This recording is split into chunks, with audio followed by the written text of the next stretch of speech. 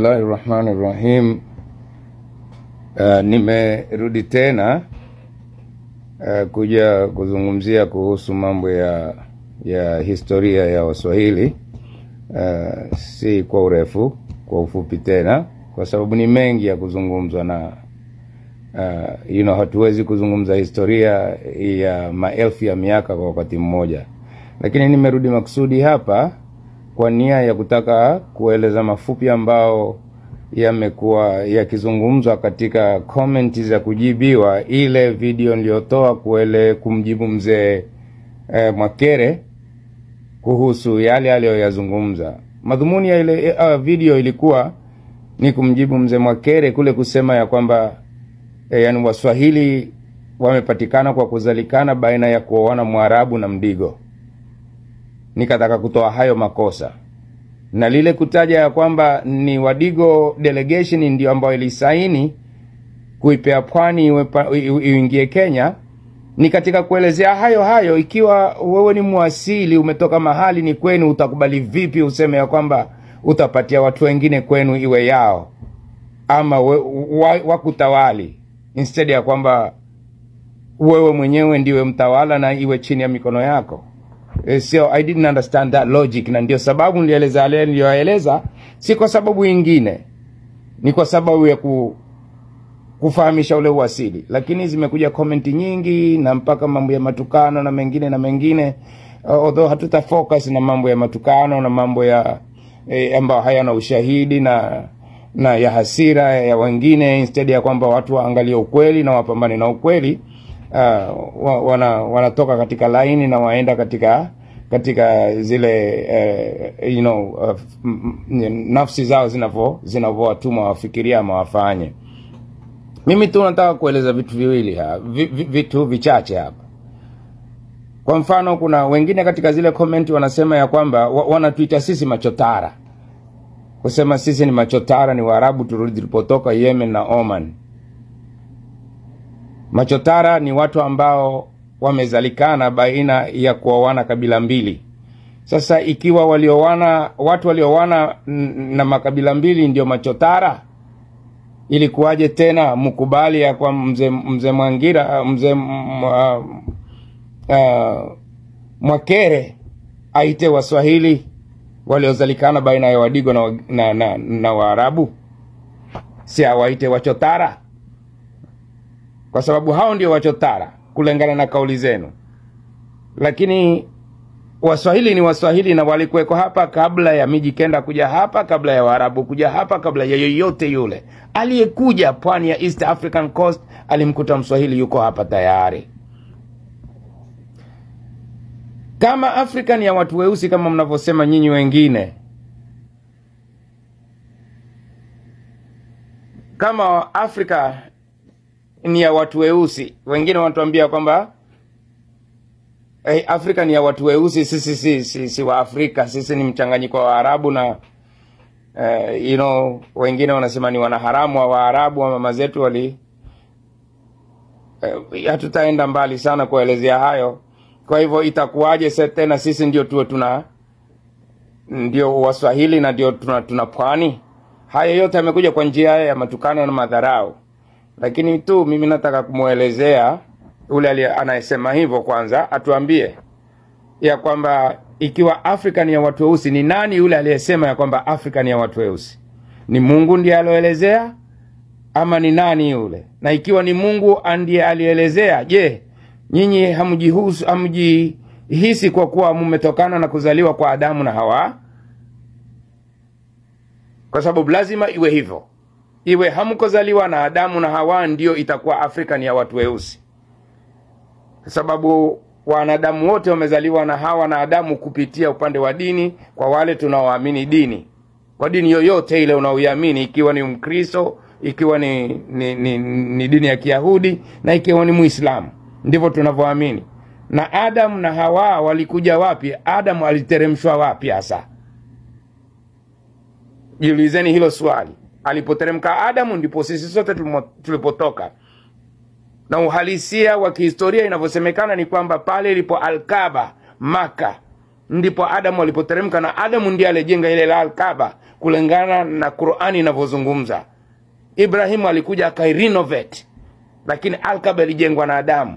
Na ikiwa sote ni watoto wa Adamu na Hawa, ina maana sote tulitoka, usuli wetu unatoka pale.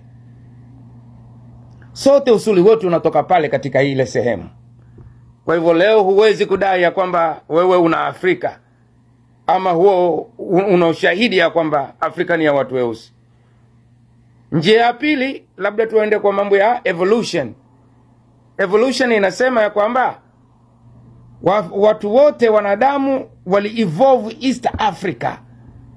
Alafu ndio watoke, wengine waende Asia, wengine wafike Europe kwa kupitia Asia, na wengine waende West Africa na North Africa.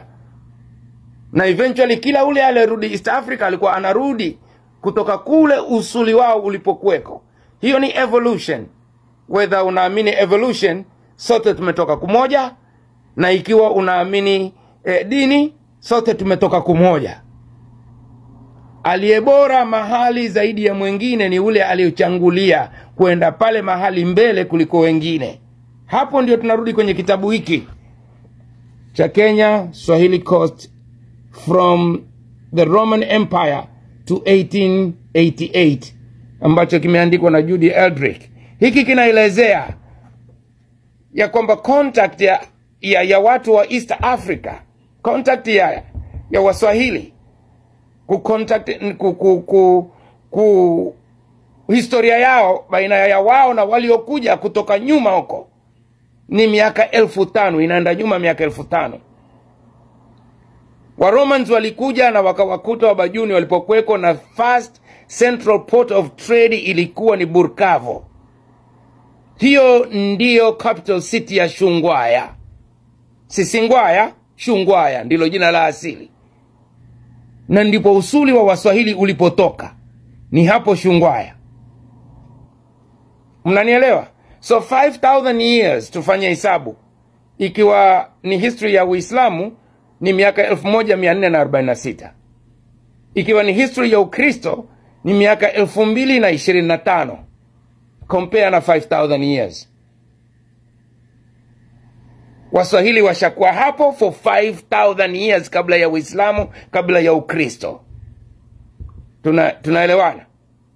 Na aliyekuja alitukuta hapo. Je, sasa hawa Waarabu pia mnawaambia kwa warudi Yemen na Oman, mnatuambia sisi kwa ni wanaharamu wa Kiarabu turudi Yemen na Oman. Wale Waarabu waliokuja hapo walikuja mbele kuwashinda nyinyi, walikuja kabla ya Uislamu. Waarabu wamefika hapo, walikuwa wakija wakienda na mpaka leo. Kwa hivyo walikuja mbele kuwashinda nyinyi. Leo nyinyi mnapata vipi kauli ya kusema ya kwamba Waarabu ni wageni si kwao East Africa, na wao ndio walikanyaga East Africa mbele kuwashinda nyinyi? Na walipokuja walitukuta sisi Waswahili tuko hapo East Africa.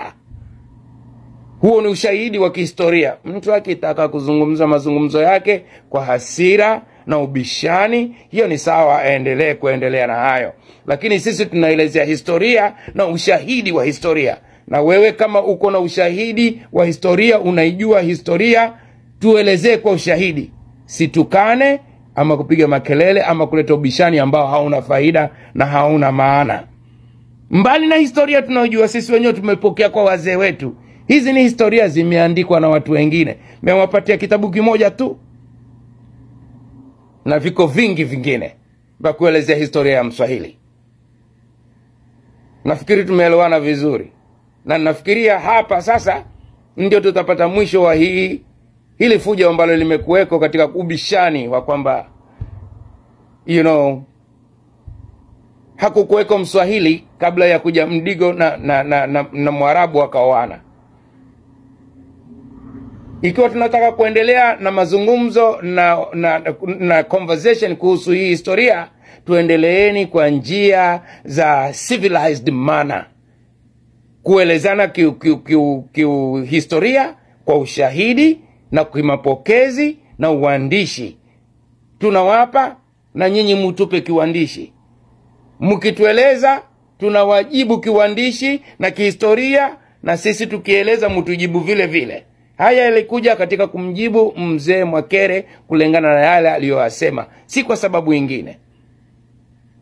Lakini mkiendelea kusema mengine ambao hayaingii katika njia za kisawasawa, inatubidi tuje mbele tuwaelezee. Matukano hayabadilishi ukweli wala hayabadilishi historia. Lakini mazungumzo, watu wakizungumza ndio wanapata kuelewana na ndio wanapata kujua historia ya usawa iko wapi. Kama kuna matatizo tunaweza kuitatua pamoja, kama kuna makosa mahali tunaweza kuyatoa pamoja. Lakini nikielezea yangu na wewe elezea yako, ndio tuweze kukaa kwenye meza tuzieke pamoja, tuone ya ukweli ni ipi. Nikikupa ushahidi nipe ushahidi, nikikupa maandishi nipe maandishi. Lakini kutukana haitatusaidia na chochote kile. Salamu alaikum.